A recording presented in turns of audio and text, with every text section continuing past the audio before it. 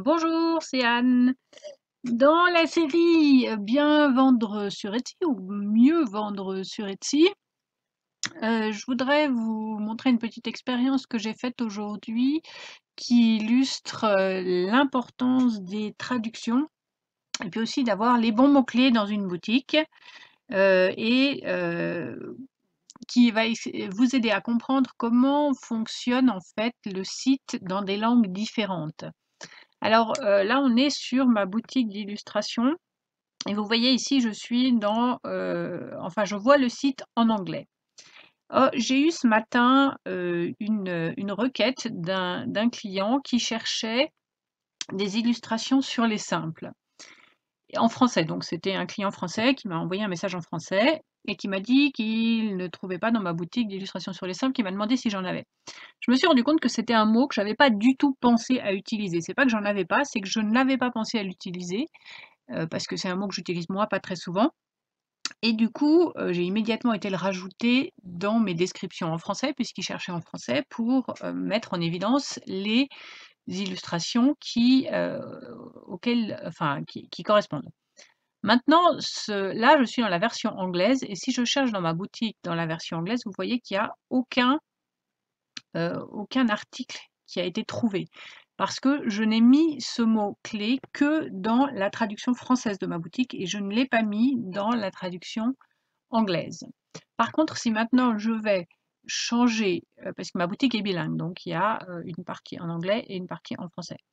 Si je vais changer la langue et que je mets le français à la place, et que je remonte ici et que je refais la recherche, voilà, même recherche, vous voyez qu'on trouve les illustrations dans lesquelles, alors ça c'est pas parce que c'est des simples, c'est parce que c'est des dahlias simples et que du coup le mot était dans le titre, mais voilà, celles qui correspondent, les 4 illustrations dans lesquelles j'ai rajouté le mot ce matin dans les mots-clés en français, c'est ces 4-là, et là elles apparaissent.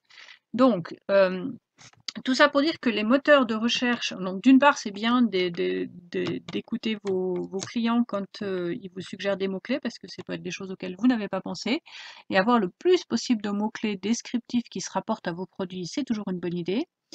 D'autre part, il faut bien comprendre que les systèmes de recherche en anglais et en français, ils fonctionnent séparément, et que donc il faut avoir les deux si vous voulez pouvoir les deux, voire d'autres langues, hein, si vous maîtrisez d'autres langues, si vous voulez pouvoir être efficace dans les résultats de recherche.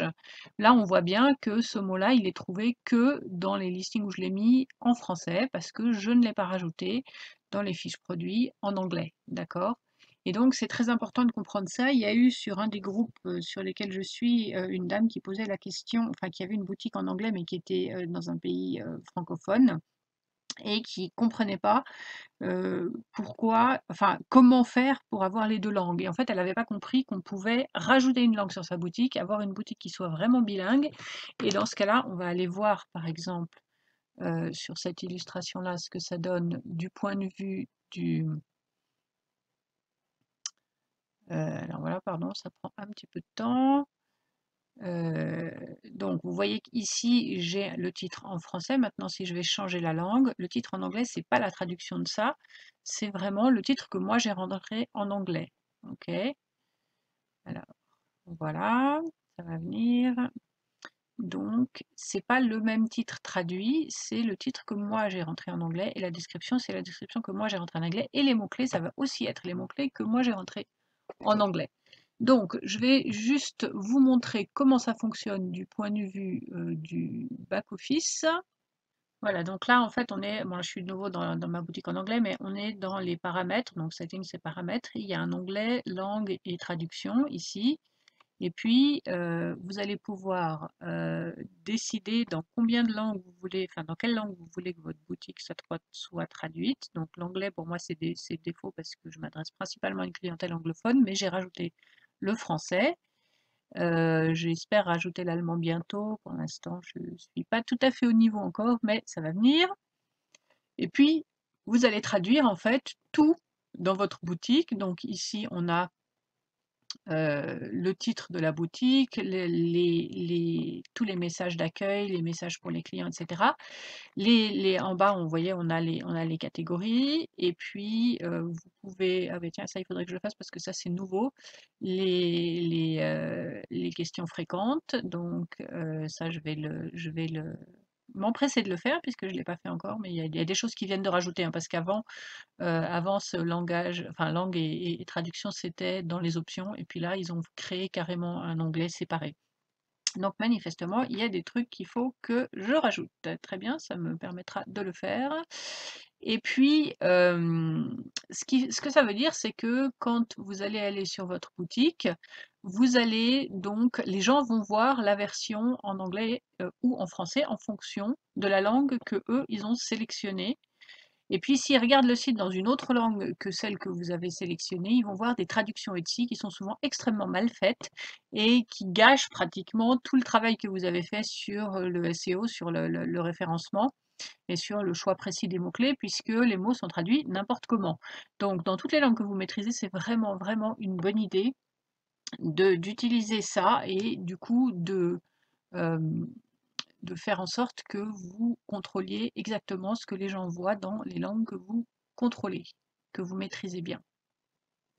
Donc, qu'est-ce qui va se passer quand vous allez créer une nouvelle fiche produit? Eh bien, vous allez, donc là, les photos, ça ne change pas, la vidéo, ça ne change pas non plus. Vous allez avoir ici le titre à rentrer, donc ça, c'est la version en anglais, d'accord? La description en anglais, les tags en anglais, section, machin, voilà. Alors, ça, par contre, c'est une catégorie qui n'est pas traduite.